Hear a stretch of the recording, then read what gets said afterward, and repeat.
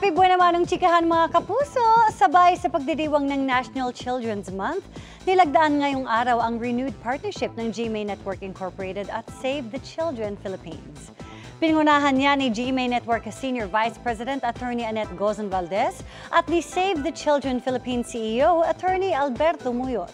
Naroon din si Save the Children Philippines Ambassador Barbie Fortesa na isa sa mga nagbahagi ng advocacy message tungkol sa iba't ibang issue tungkol sa karapatan ng mga bata. Ang kabataan, they are the hope of our nation, they are the hope of the world, and we need to really listen to their voice kasi they are very empowered. We at GMA, we are here to make your voice heard. Papakinggan namin kayo at talagang gagawa kami ng paraan para marinig kayo ng buong bansa. I've become hopeful dahil ganito mag-isip ang ating mga kabataan today. So I know na our future is in good hands.